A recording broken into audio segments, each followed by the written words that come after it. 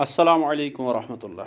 प्यारे बच्चों, 7वीं का जो उर्दू है इसका जो हमने सबक शुरू किया है, भले और बुरे की पहचान।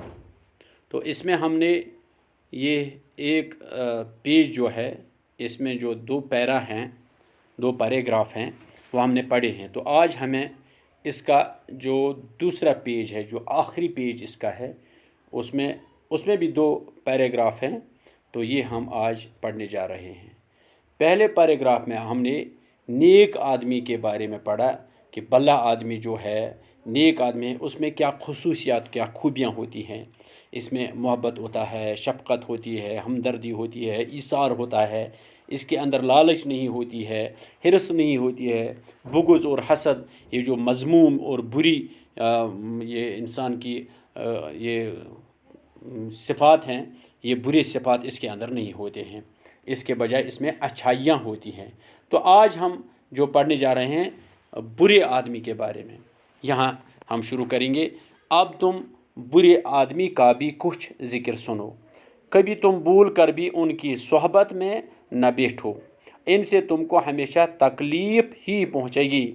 इनके दिल में हसद की आग रोशन रहती है। जब वो किसी की गीबत सुनते हैं तो ऐसे खुश होते हैं गोया उनके हाथ कारून का ख़जाना लग गया हो।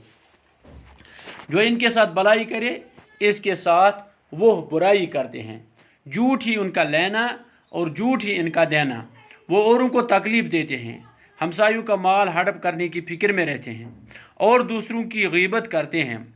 जब किसी की बड़ाई या तरक्की सुनते हैं तो ऐसी ठंडी सांस लेते हैं जैसे उनको बुखार ही चढ़ आया हो। उनको सिवाय अपने मतलब के कुछ और नहीं सूझता। माँ, बाप, उस्ताद सबकी हंसी उड़ाते हैं, किसी का कहना नहीं मानते। नेक इंसान चाँद और सूरज की तरह चमक कर सुख और आराम पहुँचाते हैं। दुनिया में कोई अजाब इसके बराबर नहीं कि दूसरों को दुख पहुँचाया जाए। तो यहाँ तक ये आज का जो सबक था। एक बार हम इसको और पढ़ेंगे, फिर समझने की कोशिश करेंगे। अब तुम बुरे आदमी का भी कुछ ज़िक्र सुनो, कभी तुम भूल कर भी उनकी सोहबत में न बैठो, उनसे तुमको हमेशा तकलीफ़ ही पहुँचेगी। उनके दिल में हसद की आग रोशन रहती है। जब वो किसी की गीबत सुनते हैं तो ऐसे खुश होते हैं गोया उनके हाथ कारून का ख़जाना लग गया हो।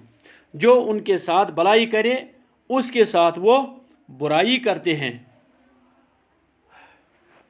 अच्छा, झूठ ही उनका लेना और झूठ ही उनका देना। वो औरों को तकलीफ़ देते हैं, हमसायों का माल हड़प करने की फ़िक्र में रहते हैं और दूसरों की गीबत करते हैं। जब किसी की बड़ाई या तरक्की सुनते हैं तो ऐसी ठंडी सांस लेते हैं जैसे उनको बुखार ही चढ़ आया हो। सिवाय अपने मतलब के कुछ और नहीं सूझता। इनको सिवाय अपने मतलब के कुछ और नहीं सूझता। माँ बाप उस्ताद सबकी हंसी उड़ाते हैं, किसी का कहना नहीं मानते। नेक इंसान चाँद और सूरज की तरह चमक कर सुख और आराम पहुँचाते हैं। दुनिया में कोई अजाब इसके बराबर नहीं कि दूसरों को दुख पहुँचाया जाए। तो आज हम बुरे इंसान के बारे में कुछ बातें हम सीखेंगे और जो नसीहत इसमें की गई है उस पर अमल करने की कोशिश करेंगे।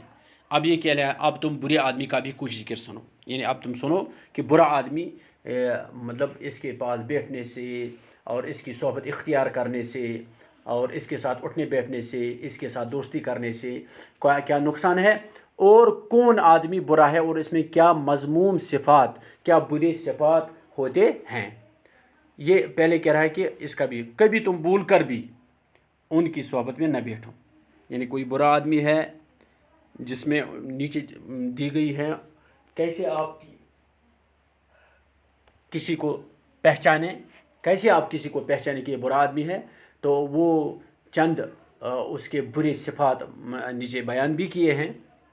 लेकिन कभी तुम भूल कर भी उनकी सोहबत में नहीं बैठना, उसके पास न बैठना, उसके साथ दोस्ती और उसके साथ उठना बैठना न रखना। ان سے تم کو ہمیشہ تکلیف ہی پہنچے گی. کیوں؟ کیونکہ ان کے ساتھ بیٹھنے سے آپ کو کبھی نفع کبھی فائدہ نہیں پہنچے گا بلکہ آپ کو تکلیف ہی پہنچے گی. ان کے دل میں حسد کی آگ روشن ہو رہتی ہے. اب اس میں ایک چیز یہ ہے کہ ان کے دل میں حسد کی آگ روشن رہتی ہے. حسد ہوتا ہے اس کے اندر. حسد کیا ہے؟